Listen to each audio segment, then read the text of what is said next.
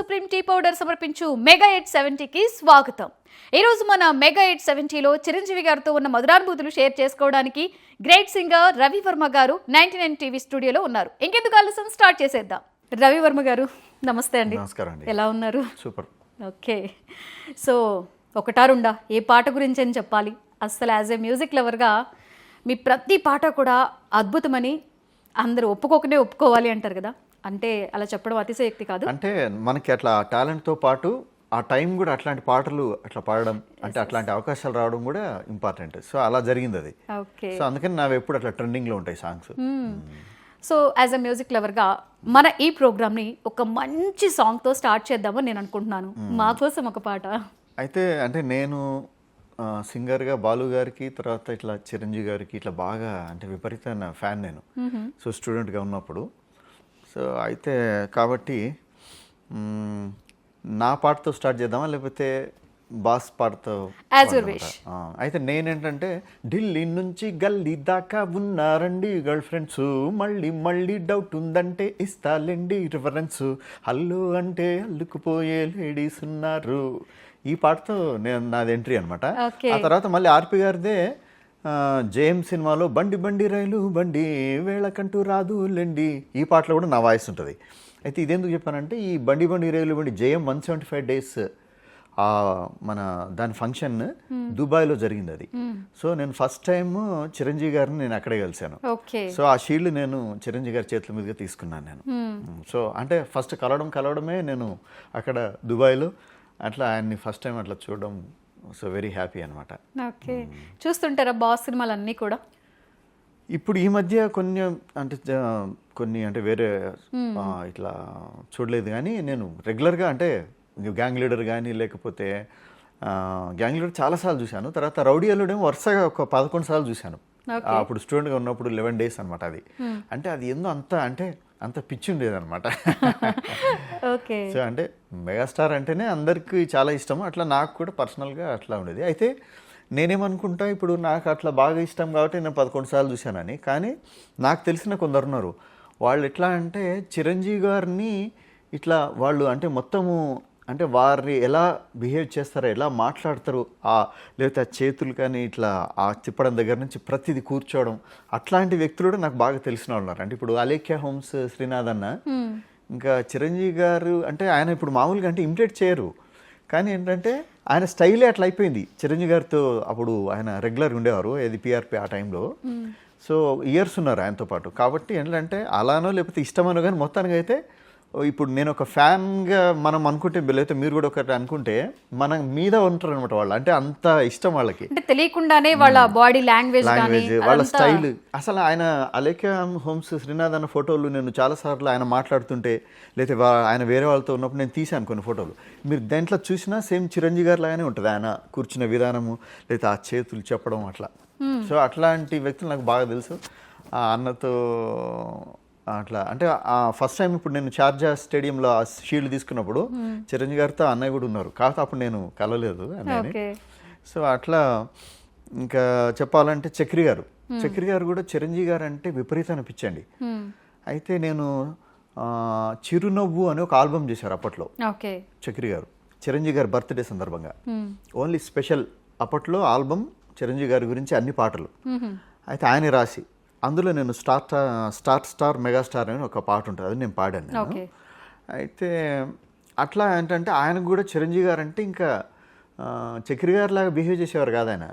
చిరంజీవి గారి లాగానే అంటే ఆ బట్టలు కానీ వేసే స్టైల్ కానీ ఆ మాట్లాడే. సో అట్లా ఇంకా మెగాస్టార్ని అట్లా అభిమానించి ఆయనని అట్లా ఆవాహనం చేసుకున్న వాళ్ళు కూడా చాలా మంది ఉన్నారు అని చెప్పడానికి ఈ సంఘటనలు. Okay, nice. అంటే ఆయనతో మీరు ఏంటి ఎవరైనా కూడా మన ఈ ఇండస్ట్రీలోకి ఎంటర్ అయిన తర్వాత ఆయనతో వర్క్ చేయాలని చాలా మంది అనుకుంటారు.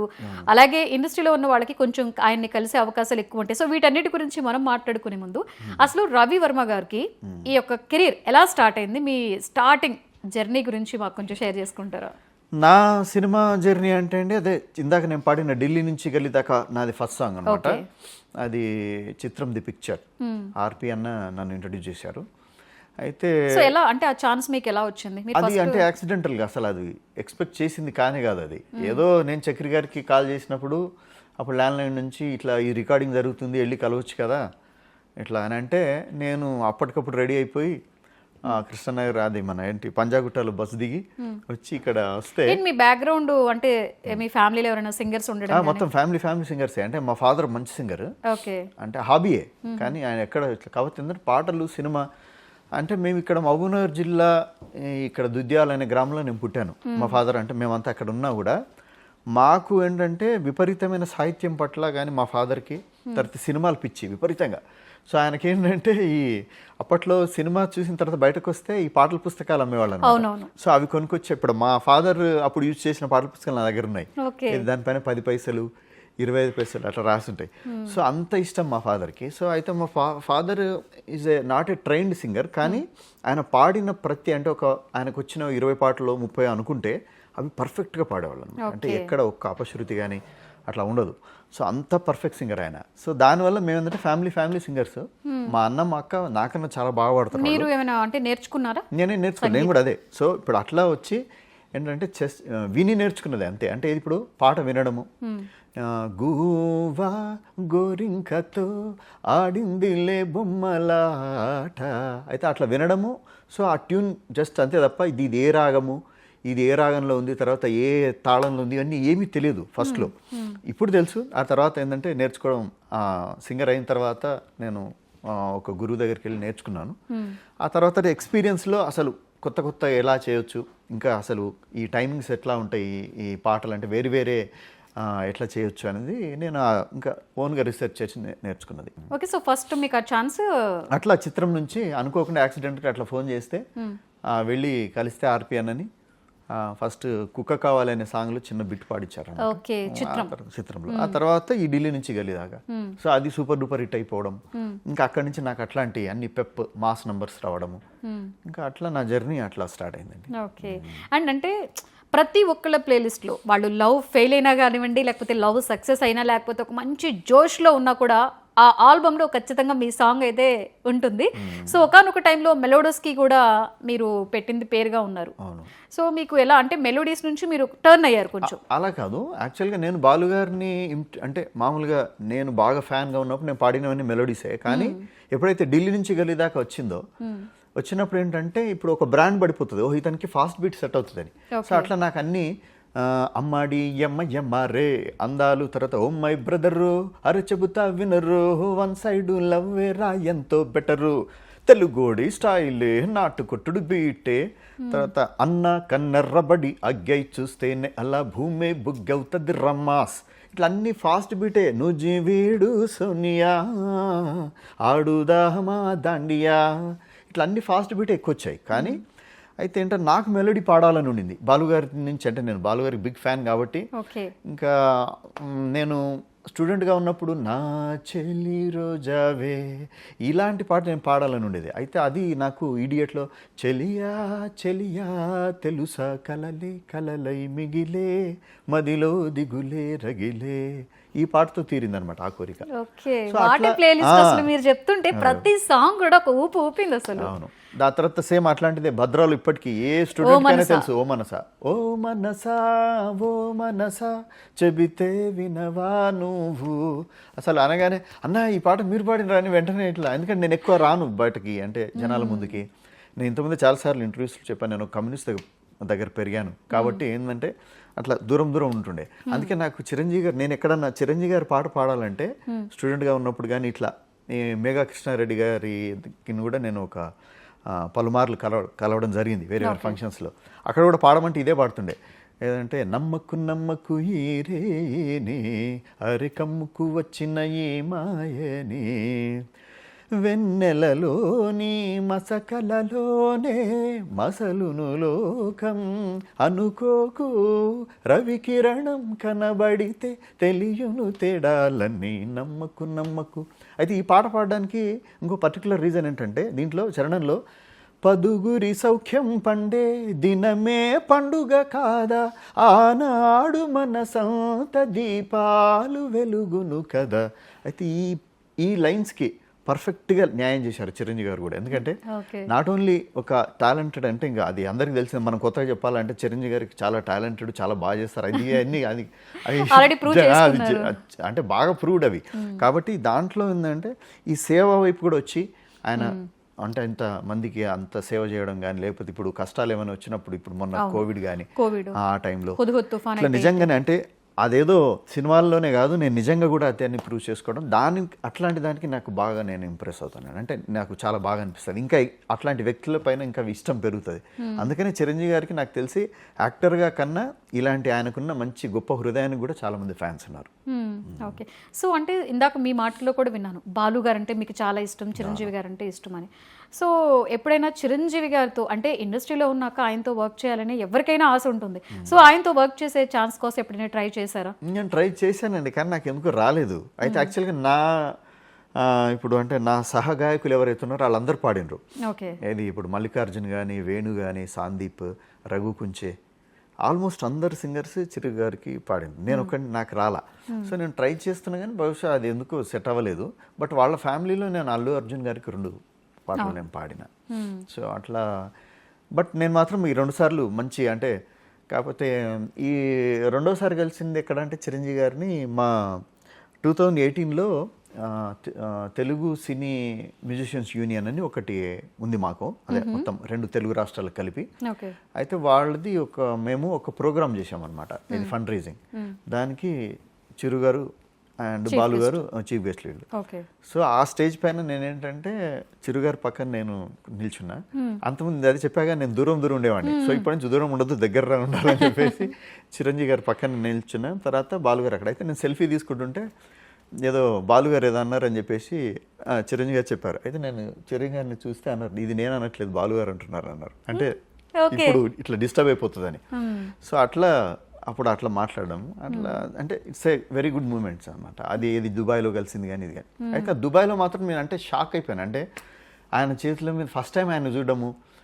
అప్పుడేమో ఏది స్టూడెంట్గా ఉన్నప్పుడు ఇట్లాగో 11 సార్లు 20 సార్లు సినిమాలు చూసిన నేను ఆయన కలుస్తాను కూడా అనుకోలేదు. అలాంటిది ఆయన చేతుల మీద అవార్డు తీసుకోవడం ఏంటి అని. సో ఆ దాంట్లో ఉన్న తప్ప నాకు పెద్దగా గుర్తులేదు. అంటే ఆ మూమెంట్ అన్ని ఒక్కసారి అంటే అంత అభిమానించే వ్యక్తి డైరెక్ట్ గా చూసరికి మర్చిపోతుంటాం. సో అట్లా ఇంకా ఆ ఫోటో కూడా నాకు దొరకలేదు. సో అట్లా కాకపోతే మళ్ళీ నేను ఏదో ఒకటి మళ్ళీ సంచలనం చేసి మళ్ళీ చిరంజీవి గారిని కలుస్తానండి. ఓకే. సో కలవాలి, వర్క్ కూడా చేయాలి, ఆశ అనేది ఉంటుంది కదా అభిమాని అనే వాళ్ళకి. అదే నాకు ఆ లైన్స్ బాగా ఇష్టం. అదే ఆ పదుగురి సౌఖ్యం పండే దినమే పండుగ. సో అట్లాంటి పనులు కూడా నేను కొన్ని చేస్తుంటా. కాకపోతే అవి బయటకు వచ్చిన రోజు అన్నీ తెలుస్తాయండి. ఓకే. ఇందాక మీ మాటల్లో కూడా విన్నాను, రౌడీ అల్లుడు మూవీ 11 రోజులు 11 సార్లు వరుసగా చూసారని. అంటే ఒకప్పుడు చిరంజీవి గారి ఫస్ట్ డే ఫస్ట్ షో చూడాలంటే ఒక యుద్ధమే చేయాలి అంటారు. క్యూలో నుంచోవడం కానీ, షర్ట్స్ చింపుకోవడం అంతా, అలాంటి సిచ్యువేషన్ మీకు ఏమైనా గుర్తుందా చిన్నప్పుడు? అంటే నేను యాక్చువల్గా ఈ వేటా సినిమాకి ఇక్కడ జ్యోతి థియేటర్లో సేమ్ ఇట్లాగే మధ్యలో ఇరుక్కుపోయాను నేను. ఏది టికెట్స్ ఫస్ట్ డే రోజు ఇట్లాగే లైన్లో. నేను చిన్నపిల్లని కదా. అయితే అసలు నేను ఊపిరాడక అసలు అంటే నేను చచ్చిపోయాడండి అప్పుడు. లక్కీగా ఎవరో నన్ను కాపాడినరు. ఆ పైకి లేపి నన్ను ఇంకా అంటే టికెట్ తీసుకోకుండా బయటకు తోసేసారనమాట. అంటే లక్కీగా అట్లా సేవ్ అయిపోయినా నేను. సో అట్లుండింది అప్పుడు జనాలు అంటే అట్లా అభిమానం కానీ, లేదా అప్పుడు అంటే మీరు చెప్పినట్టుగా టికెట్స్ తీసుకునే విధానం కానీ. ఇప్పుడు అంతా మారిపోయింది అనుకుంటే, అంతా ఆన్లైన్. ఇప్పుడు వేరు అంటే ఫస్ట్ డే చూడాలి. సో ఆ ఇన్సిడెంట్ అయితే అట్లా అంటే ఇంకా అప్పుడు సినిమాలు బాగా పిచ్చి. ఇంకా ఈ మెగాస్టార్ గారు అంటే ఇంకా సంచలనం. ఆ డాన్స్ కానీ, పాటలు కానీ ఏవైనా అంటే అంత అప్పుడు ఆ ఫైట్స్ కానీ అంటే అన్ని ఇన్వాల్వ్ అయ్యి చేసేవారు కదా. సో అట్లా ఆయన స్క్రీన్లో చూసినప్పుడు మీరు ఎక్కువ ఏది ఎంజాయ్ చేస్తారు? ఆయన డాన్సా, డైలాగ్ డెలివరీయా, లేకపోతే ఆయన ఒక కామెడీ టైమింగ్ ఉంటుంది ఎస్పెషల్లీ ఫ్యాన్స్ కోసం? చంటబ్బాయి సినిమాని చాలాసార్లు చూశాను. తర్వాత అంటే సిల్వర్ స్క్రీన్ పైన చూశాను. ఆ తర్వాత చిన్న టీవీలో కూడా చాలాసార్లు చూశాను. కానీ సో అది అంటే చాలా బాగా అనిపిస్తుంది. అంటే అక్కడ ఏంటంటే నాకు అక్కడ అదే ఒక లాయరే కనిపిస్తుంటారు అంటే చిరంజీవి గారి కన్నా. సో అంత ఇన్వాల్వ్మెంట్ అట్లా ఫుల్ కామెడీ ఉంటుంది ఆయన చేసే కామెడీ. అంటే ఎంత పెద్ద కమెడియన్ ఉన్నా కూడా గ్యాంగ్ లీడర్లో నిజంగానే ఒక ఏంటంటే నిరుద్యోగం అంటే టాలెంట్ ఉండి కూడా ఒక నిరుద్యోగిగా ఉన్న ఒక యువకుడు, ఒక మంచి హృదయం ఉన్న యువకుడే కనిపిస్తూ ఉంటాడు. సో అట్లా అంటే అంత ఇన్వాల్వ్ అయ్యి చేస్తారనమాట ఆయన అట్లా. సో ప్రతిదీ ఎంజాయ్ చేస్తాం. అంటే ఫ్యాన్ అన్నాక ఆయన చేసే ఏది కూడా అంటే ఆయన స్క్రీన్లో చూస్తేనే చాలు, ఆ టికెట్ల కోసం మనం పడిన కష్టం కానీ, లేకపోతే ఇంకా స్ట్రగుల్ అంతా కూడా మర్చిపోయి ఫుల్ ఎంజాయ్ చేస్తాం. సో ఆయన మనకి ఇన్ని పాత్రల్లో కనిపించారు అంటే ఆల్మోస్ట్ ఆయన ఇప్పటికి చేసిన అన్ని మూవీస్లో కూడా ప్రతి పాత్రలో కూడా జీవం పెట్టి నటిస్తారు అంటారు. ఇన్ని పాత్రల్లో మీకు బాగా నచ్చిన సినిమాలో పాత్ర ఏది? అండ్ ఇలాగే ఇంకేదైనా పాత్ర అంటే మన అభిమాన హీరో ఇలా కూడా చూస్తే బాగుండు అని ఉంటుంది కొంతమందికి, అలా మీకేదైనా ఉందా? నాకు రుద్రవీణలో చిరంజీవి గారిది నాకు బాగా ఇష్టం అండి. రుద్రవీణ సినిమాలో, ఎందుకంటే ఆయన సింగర్ దాంట్లో కూడా అది మ్యూజిక్ బేస్డ్ అండ్ ఇట్లాగే ఏమంటారు సొసైటీ సంబంధించినటువంటి అంటే ఒక అవేర్నెస్ ప్లస్ ఒక మెసేజ్ ఓరియంటెడ్, సో అన్ని కలిపి ఉంటాయి అందులో. సో అది నాకు అది బాగా ఇష్టము. అంత ఏది ఆ పాట కూడా తరలి రాద తనే వసంతం తన దరికి రాని వనాల కోసం, ఆ పాట కూడా చాలా బాగుంటుంది, న్యాచురల్గా ఉంటుంది.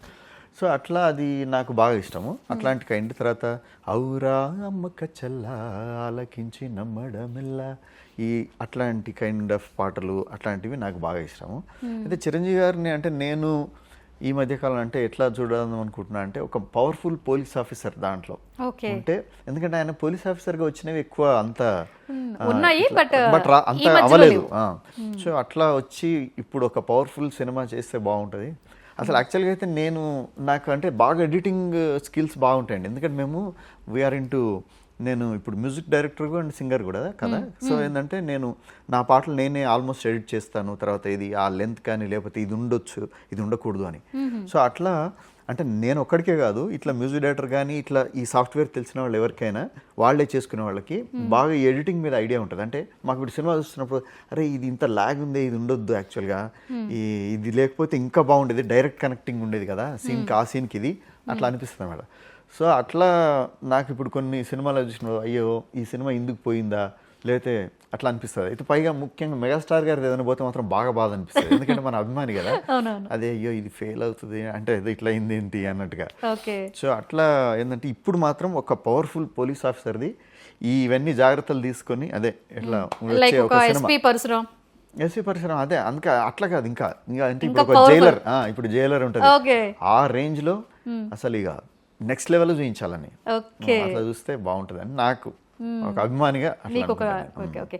అండ్ ప్రతి సింగర్ కి కూడా ఎస్పి బాలసుబ్రహ్మణ్యం గారు ఆయన ఒక లెజెండరీ ఒక సింగర్ అనన్నా కూడా తక్కువేమో, ఎందుకంటే ఆయన పాడిన పాటలు అలాంటివి ఎన్నో అద్భుతమైన సంగీతంను ఆయన ప్రజెంట్ చేయడం జరిగింది. సో ఆయనతో మీకున్న బాండింగ్ కానీ లేకపోతే మీ ఇద్దరి మధ్య మర్చిపోలేని సంఘటన ఏమైనా ఉందా? అంటే నేను బాలు గారితో అంటే సేమ్ వీళ్ళందరూ నేను ఎక్కడో ఇక్కడ పల్లెటూరులో పుట్టాను. నేను మా ఊరికి అసలు బస్సే రాదు, ఎప్పుడో ఒకసారి వచ్చి వెళ్తుంది, అట్లాంటి అంత చిన్న పల్లెటూరు మాది. సో అయితే అలాంటి అక్కడున్న నేను ఇట్లా వీళ్ళని కలుస్తాను కూడా అనుకోలేదు కదా. సో బాలుగారిది కూడా సేమ్ ఫీలింగే. ఇది ఫస్ట్ పాటకే నాకు బాలుగారి చేతుల మీదుగా నేను చిత్రం ది పిక్చర్కి best upcoming playback singer award వచ్చింది. అప్పుడే నాయన్ని మీరు కలవడం? అప్పుడు ఫస్ట్ టైం. సో అది కూడా అట్లాగే జరిగింది. సో ఆ పెద్ద రేంజ్లో ఇది కూడా ఇట్లాగే దుబాయ్లో డైరెక్ట్గా మెగాస్టార్ గారిని దుబాయ్లో చూశాను నేను. సో అట్లా ఇవన్నీ చాలా మంచి అంటే హ్యాపీ ఇన్సిడెంట్స్ అనమాట. అయితే బాలుగారిని సో ఆ తర్వాత బాలుగారిని చిరు గారిని కలిపి ఒకే స్టేజ్ పైన ఇప్పుడు మేము చేసిన ప్రోగ్రాంలో అదే ఆ ఫోటో సెషన్ కానీ జరుగుతున్నప్పుడు అట్లా అది కూడా మంచి మూమెంట్. అండ్ బాలుగారు నా మ్యూజిక్లో పాడడం, ఎందుకంటే జనరల్గా నేను ఆయనతో కలిపి షేర్ అంటే స్టేజ్ని ఫస్ట్ టైము అప్పుడు అవార్డు తీసుకున్నది కాకుండా ఈ 50 years of Telugu film industry అని ఒకటి జరిగింది. అప్పుడు నేను పాడిన తర్వాత నా వెంటనే సాంగ్ బాలుగారిది, అంటే అన్ని ఒక్కొక్క బిట్స్ లాగా చేశాను అనమాట. సో నేను బండెనక బండి గట్టి 16 బండ్లు గట్టి ఏ బండ్లెవో తౌకడుకో నైజాము సర్కరోడా అన్నది కాగానే వెంటనే బాలుగారు ఉంటారు. సో నా వెనకాల బాలుగారు ఉంటారు, ఆ ఫోటో ఉంది నా దగ్గర. సో అట్లా అదొక మంచి మూమెంట్. ఆ తర్వాత ఏలూరు షోలో ఇంతకుముందు కూడా చెప్పాను నేను ఏంటంటే నా ఎంట్రీకి అంటే ఇప్పుడు నెక్స్ట్ సాంగ్ పాడబోయేది రవివర్మని స్టేజ్ పైకి ఇంట్రడ్యూస్ చేస్తున్నాం అనగానే బాలుగారు ఉన్నారు ఆ స్టేజ్ పైన. రవివర్మకే అందని ఒకే ఒక అందానివో ఈ పాటని నా బ్యాక్గ్రౌండ్ మ్యూజిక్గా వేశారనమాట. సో అది సూపర్ మూమెంట్ అది. ఎందుకంటే బాలుగారు అక్కడే ఉన్నప్పుడు బాలుగారు పాట బ్యాక్గ్రౌండ్లో వస్తుంటే నేను స్టేజ్ ఎంటర్ అంటే ఎట్లా ఉంటుంది చూడండి అంటే నేను కూడా అట్లా మంచి ఓకే, సో మీకు చాలా మెమరీస్ ఉన్నాయి. అంటే మన అభిమానించే ఎవరైతే ఉన్నారు పర్సన్స్ ముందు, వాళ్ళ ముందు మన గురించి మన పేరుతో ఏమైనా వస్తుంటే ఆ ఆనందం అనేది చెప్పలేనిది. అండ్ అలాగే మన మెగాస్టార్ గారి గురించి మాట్లాడుకునే ముందు ఇక్కడ ఆయన పాలిటిక్స్లోకి ఎంటర్ అయిన తర్వాత దాదాపుగా ఒక 10 ఏళ్ల పాటు ఆయన స్క్రీన్కి దూరం అయ్యారు.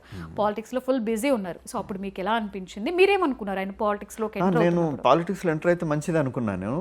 ఎందుకంటే నేను ఎన్టీఆర్ గారు అయితే ఎట్లా వచ్చి అంటే ఒక ప్రపంచాన్ని సృష్టించారు, అట్లా ఈయన కూడా అవుతారు డెఫినెట్ గానే అనుకున్నాం.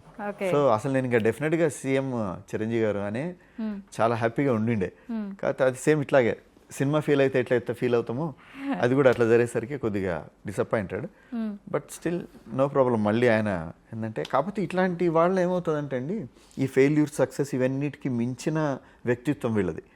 అది బాలుగారైనా లేకపోతే చిరంజీవి గారు వీళ్ళందరినీ. ఎందుకంటే అంటే ఇది నేను పర్సనల్గా ఇట్లా కలిసింది చాలా తక్కువ సార్లు అయినప్పటికీ వీళ్ళతో ఎక్స్పీరియన్సెస్ ఉన్నవాళ్ళు కూడా అంటే డైరెక్ట్ అంటే ఇప్పుడు ఎవరో థర్డ్ పర్సన్ ఫోర్త్ పర్సన్ కాకుండా సపోజ్ మీరే ఉన్నారు, ఇప్పుడు మీరు చిరంజీవి గారితో మీకేం జరిగిందని మీరు డైరెక్ట్ చెప్తే నేను విన్న ఆ సంఘటనలు ఉన్నాయి. అట్లా ఇప్పుడు చిరంజీవి గారికి ఏంటంటే ఎంత బాగా క్షమాగుణము అంటే ఎవరినైనా ఇట్లా క్షమించేస్తారు. ఏకంగా ఒక సెట్లో ఏంటంటే చిరంజీవి గారిని ఎట్లా అంటే నువ్వు పెద్ద స్టార్వా ఇట్రా అని మామూలుగా ఏకవచనంతో పిలిచిన ఆయనకు కూడా అప్పుడు స్టార్టింగ్ డేస్లో మళ్ళీ ఆయన పిలిస్తే వెళ్ళి ఆయన బ్యానర్లో సినిమా చేయడం అని చెప్పిండ్రు. సరే అది వేరే విషయం. అది చిరంజీవి గారు కూడా రీసెంట్గా ఏదో చిరంజీవి ఇంటర్వ్యూలో చెప్పారు. కానీ ఒక రైటర్ చెప్పారనమాట. ఆయన ఏంటంటే వీళ్ళిద్దరి మధ్య ఏదో స్టోరీకి సంబంధించింది ఏదో గ్లిచ్ ఉంది. అయితే అదేంటంటే ఈయన ఇవ్వలేదు సంథింగ్ ఏదో ఉన్నప్పుడు ఎట్లా అంటే ఏదో పార్టీ జరుగుతుందంట. అయితే జరుగుతున్నప్పుడు ఒక పెద్ద డైరెక్టర్ ఇంటికి ఈయన కూడా పిలిస్తే లేట్కి వెళ్ళారు. ఈయన అప్పటికే చిరుగు గారు ఏమో అక్కడ కూర్చున్నారంటే ఒక 20 మంది అట్లా కూర్చొని ఉంటే ఈయన చూడగానే గురుగారు రాండి రాండి అని చెప్పేసి వెంటనే లేచానని. యాక్చువల్గా అయితే వేరే ఆ స్థానంలో ఉన్న వాళ్ళు అయితే ఏం చేస్తారంటే అంత ఆయన ఇప్పుడు మనకి ఇవ్వలేదు అడిగినప్పుడు ఆయనతో మనకి ఎందుకులే అనుకుంటాం. కానీ కాదు, వీళ్ళంతా అంత గొప్ప వాళ్ళు ఎందుకు అవుతారంటే ఊరికైనా స్టార్లు అయిపోరు. అంటే ఇప్పుడు జనాలు కొందరు ఎందుకు అది చెప్తున్నా అంటే ఏదో ఆయన ఇట్లా ఇప్పుడు సపోజ్ పాలిటిక్స్కి వెళ్తే ఈ విమర్శించే వాళ్ళు ఉంటారు. లేకపోతే ఇప్పుడు మొన్న రీసెంట్గా చిరంజీవి గారు అరే అందరూ ఆడవాళ్ళు అయిపోయారు ఇంట్లో ఒక మనవడు ఉంటే బాగుండదు అన్నట్టు అన్నదానికి అరే దాన్ని కూడా ఇట్లా ఇష్యూ చేస్తారండి. చిన్న చిన్న విషయం. ఇప్పుడు ఆయన అంత పెద్ద ఆయన అసలు మీరు ఫస్ట్ ఒక స్టెప్ ఎక్కడానికి మనకి చాలా అంటే ఎంత ఇబ్బంది అవుతుందో తెలుస్తుంది ఒక ఏదైనా సాధించాలంటే. అలాంటిది వాళ్ళు ఇంత జర్నీ ఇంత పెద్ద అంటే వాళ్ళు ఇంత సాధించి తర్వాత వాళ్ళు పర్సనల్గా సాధించడమే కాకుండా అంటే సొసైటీకి ఇంత చేసి వాళ్ళు ఇంత మేలు చేసి లేదు ఇప్పుడు అంటే ఒక బ్లడ్ బ్యాంక్ ద్వారా కానీ లేకపోతే మిగతా సేవా కార్యక్రమాలు కానీ లేకపోతే బాలుగారి వాళ్ళ వ్యక్తిత్వం కూడా ఇప్పుడు ఏదో నాట్ ఓన్లీ హీరోగా ఆయన ఇట్లా ఉండి సినిమాలకు బయటికి రాగానే అట్లా కాదు కదా, వాళ్ళు నిజంగానే హీరోలు బయట కూడా. బాలుగారు కూడా అంతే. బాలుగారు కూడా ఏంటంటే మీరు బయట ఏది మాట్లాడతారో ఆయన రియల్ లైఫ్లో కూడా కెమెరా లేకున్నా కూడా అట్లాగే ఉంటారు వాళ్ళు. సో అట్లాగే ఉంటారు. కాబట్టి వీళ్ళని ఏంటంటే అట్లా అట్లున్నప్పుడు ఈ మామూలు వాళ్ళు విమర్శించినప్పుడు ఈ చిన్న చిన్న విషయాలకి చాలా ఏంటి అసలు దాన్ని మీడియా కూడా ఏది ఇట్లా బాగా చూపించడము అంటే ఎక్కడైతే సెన్సేషన్ జరుగుతుందా చూద్దాము అని చెప్పేసి అసలు ఫస్ట్ ఆఫ్ ఆల్ వేయకూడదు. ఎందుకంటే చిరంజీవి గారు అంటే ఒక పద్మభూషణ్ అట్లాంటి వ్యక్తిని ఈ చిన్న విషయం అసలు వాళ్ళు ఎవరో మాట్లాడితే మనం ఎట్లా అని చెప్పేసి అట్లా దాని గురించి అంటే ఎవరైతే ఆ విమర్శలు అవన్నీ మొత్తం అసలు కట్ చేసి వాళ్ళ దగ్గర కూడా రానియద్దు అసలు. దాన్ని మళ్ళీ వేసి మళ్ళీ ట్రోల్ చేసి ఇవన్నీ ఓకే అంటే ఎలా ఉంటుంది అంటే అదేలేండి, మనం ఎంతగా అభిమానించే వ్యక్తి అంత గొప్ప వాళ్ళ గురించి అంటే నెగిటివ్ ట్రోల్స్ చేయడం వల్ల అదొక సాటిస్ఫాక్షన్ వాళ్ళకి. అంతే ఎదుటి వాళ్ళని ఏదో వాళ్ళ హ్యాపీనెస్ ని కిల్ చేసే మెంటాలిటీస్ ఉంటాయి అయితే. కానీ వాళ్ళు అట్లాంటి వాళ్ళు ఎప్పుడు అట్లే ఉంటారు తెలుసా మీకు, గమనిస్తా కదా. వాళ్ళు ఎప్పుడు ఆ నెగిటివ్ ఎనర్జీతో వాళ్ళు ఎప్పుడు ఆ వెనకాలనే ఉండిపోతారు, వాళ్ళు ఎప్పుడు పైకి రారు. అయితే ఈ గొప్ప వాళ్ళు ఎవరైతే ఈ స్టార్స్ అవుతారో వీళ్ళకి ఎన్నో మంచి లక్షణాలు ఇట్లాంటివి ఇప్పుడు నేను ఇందాక క్షమించే గుణం అని చెప్పాను అలాంటిది కాకుండా ఇంకా డిసిప్లైన్ కానీ లేకపోతే హార్డ్ వర్క్ కానీ లేకపోతే ఇవన్నీ ఎన్నో ఉంటాయి. కాబట్టి అది కూడా ఏది అప్పుడు ఎప్పుడో ఉన్నాయి ఇప్పుడు నేను స్టార్ని అయిపోయానని వాళ్ళు మానేయారు నాకు తెలిసి. ఎందుకంటే విశ్వంభర కోసము ముందు చిరంజీవి గారు జిమ్ చేస్తున్న ఒక చిన్న వీడియో వచ్చింది, మీరు చూసారో లేదు? ఇది నిజంగా చేయడము తర్వాత వెయిట్స్ చేయడము. సో ఈ ఏజ్లో కూడా అంటే ఇప్పుడు కూడా ఇంకా ఆ యంగ్ పిల్లలు ఎట్లయితే లేస్తారో ఆ టైంకి లేచి కష్టపడతారో వెళ్తారో అట్లా స్టిల్ అట్లా నేర్చుకుంటూ లైఫ్ అంతా అట్లా ఏదో చాలా గొప్ప గుణాలు అవన్నీ తెలియకుండా ఏదో మన ఊరికేనే అట్లా ఏదైపోయింది. అందుకని ఇప్పుడు వీళ్ళంతా ఏదో సెన్సేషనల్ వీళ్ళు చేసేవాళ్ళు ఎవరైతే ఇప్పుడు ఇట్లా మాట్లాడేవాళ్ళు కానీ వాళ్ళు ఓన్లీ సెన్సేషన్గా పనికొస్తారు కానీ చరిత్ర సృష్టించడానికి పనికిరారు. చరిత్ర సృష్టించే వాళ్ళంటే ఒక చిరంజీవి గారు లేదా ఒక బాలు గారు ఇట్లాంటి ఎన్నో లక్షణాలు, మంచి లక్షణాలు ఉండాలి. సో ఆయన పాటల్లో అంటే మీరు మ్యూజిక్ పట్ల ఎంతైతే ఉత్సాహంగా ఉంటారో ఆయనతో వర్క్ చేయాలని కూడా చాలా తపన ఉంటుంది. మనకి మూడ్ బాగాలేనప్పుడు, మూడ్ బాగున్నప్పుడు అస్టీజ్ అంటే సింగర్స్ అంటేనే వాళ్ళ మాటల్లో పదాల్లో పాటలు అనేవి వస్తూనే ఉంటాయి. ఆయన పాటల్లో మీకు బాగా నచ్చిన పాట ఏదైనా పాడమంటే ఏం పాడతారు మాకోసం? ఆయనతో నచ్చిందంటే చాలా, అంటే ఈ ఇళయరాజా గారి ఇప్పుడు ఈ కాంబినేషన్లో వచ్చింది ఇప్పుడు అందాలలో అహో మహోదయం భూలోకమే నవోదయం పువ్వు నవ్వు పులకించే గాలిలో. ఈ పాట చాలా నచ్చింది, చాలా బాగా ఇష్టం నాకు. అంటే నేను పాడుతున్నప్పుడు కూడా నిజంగానే అట్లా మేఘాల్లో అట్లాంటి సెట్లో పాడుతున్నట్టు అనిపిస్తుంది, అంటే ఇక్కడ బాగా కూడా. సో అంత అంటే ఆ పాట నాకు చాలా అంత ఇష్టము. ఇంకా అట్లాంటి చాలా, ఇప్పుడు మళ్ళీ మళ్ళీ ఇది రాని రోజు, ఇంకా ఇంకా బోలెడునండి. ఏది నవ్వింది మల్లె చెండు నచ్చింది గర్ల్ ఫ్రెండ్ దొరికెర్రా బలేగా ఛాన్సు, ఇవన్నీ సూపర్ డూపర్ హిట్ సాంగ్స్ అండి. అంటే ఇప్పుడు మీరు మూవీస్కి దూరంగా ఉన్నారా? ఇప్పుడు నేను దూరం ఎందుకుంటానండి. ఇప్పుడు ఇక్కడ ఒక దేవిప్రసాద్ గారు అని డైరెక్టర్ ఉన్నారు కదా, ఆయన చెప్పిండ్రు ఏం చేస్తారంట అంటే మన చుట్టూ చాలామంది ఇట్లా మన మీద ఇట్లా జాలి చూపిస్తున్నట్టే చేసి మనల్ని బ్యాడ్ చేయడానికి రెడీగా ఉంటారంట.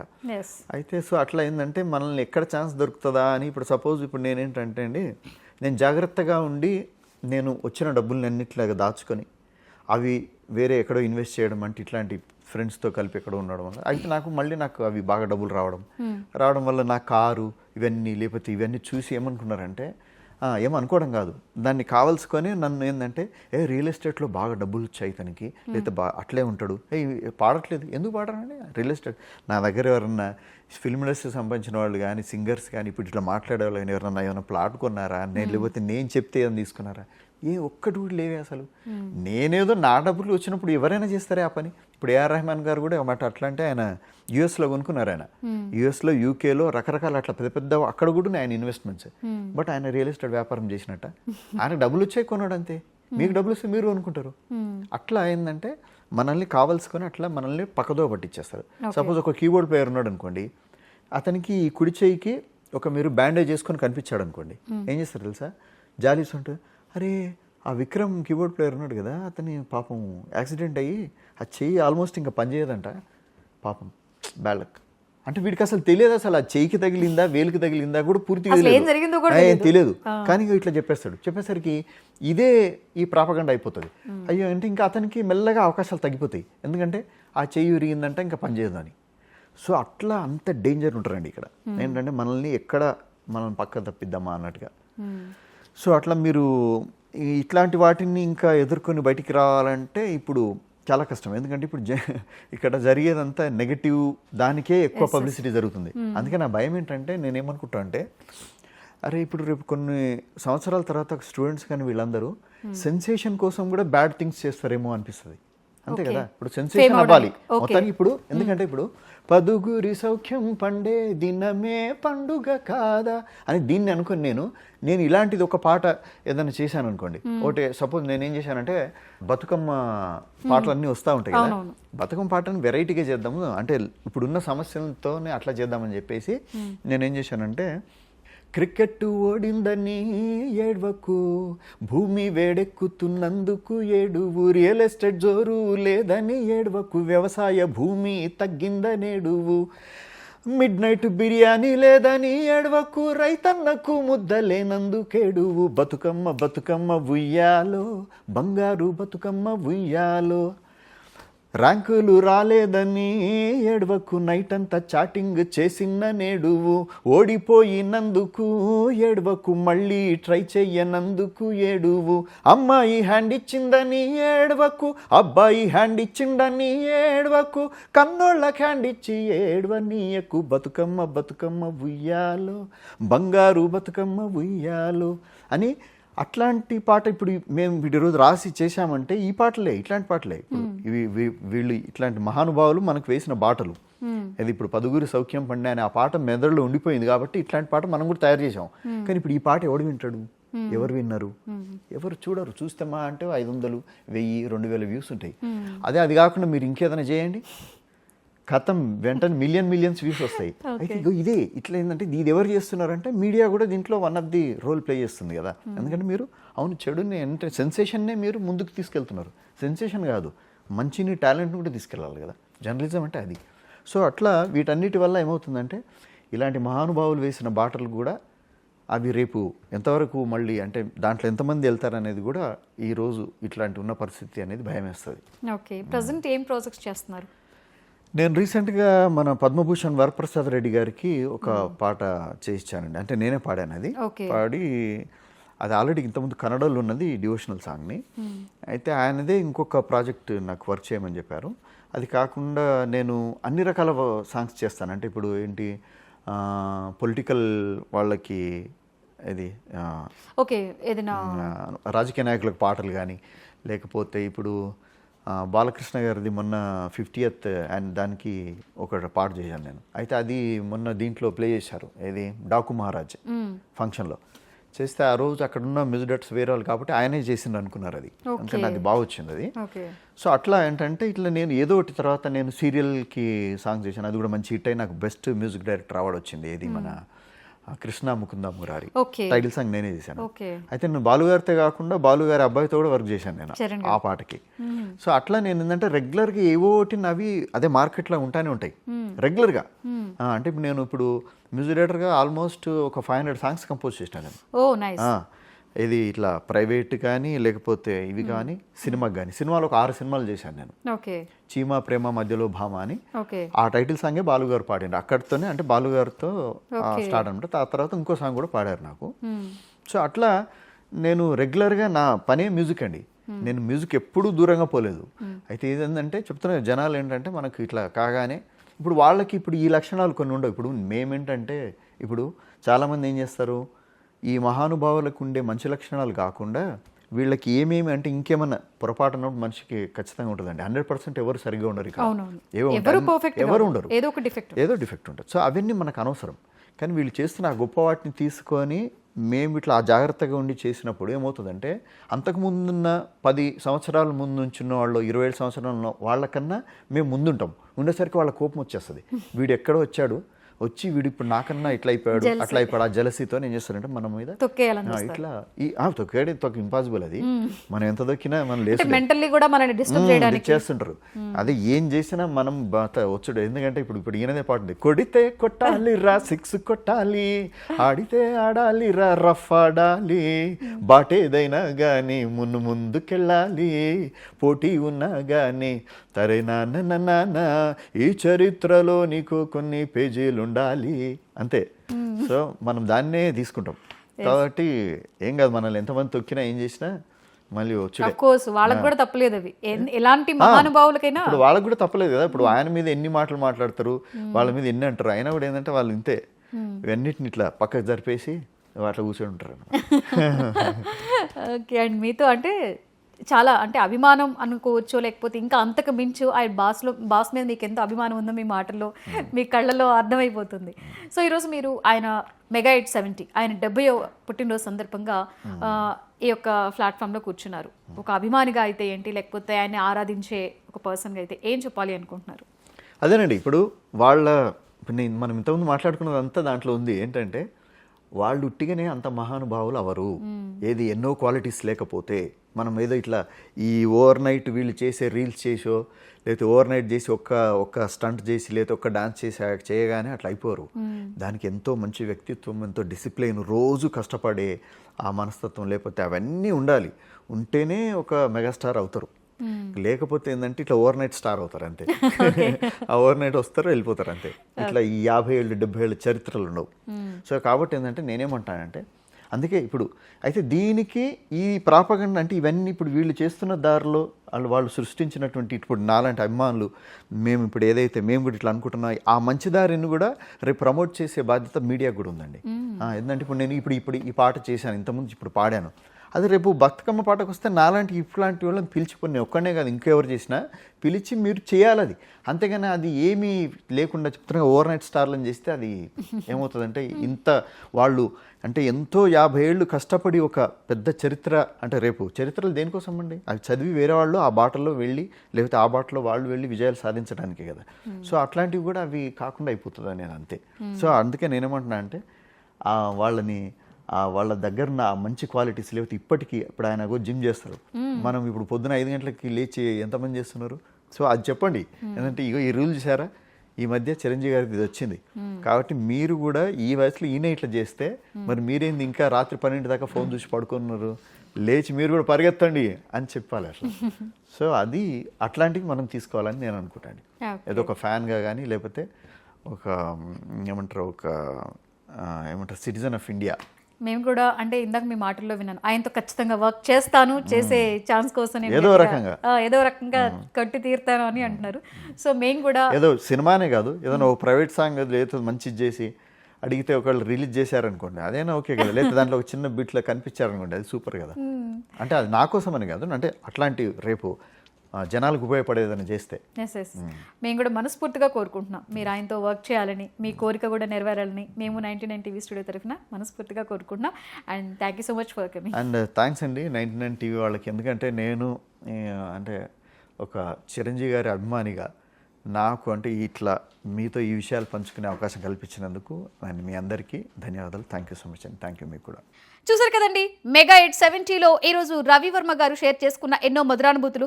మరో గెస్ట్తో మళ్ళీ కలుద్దాం. చూస్తూనే ఉండండి 99 టీవీ.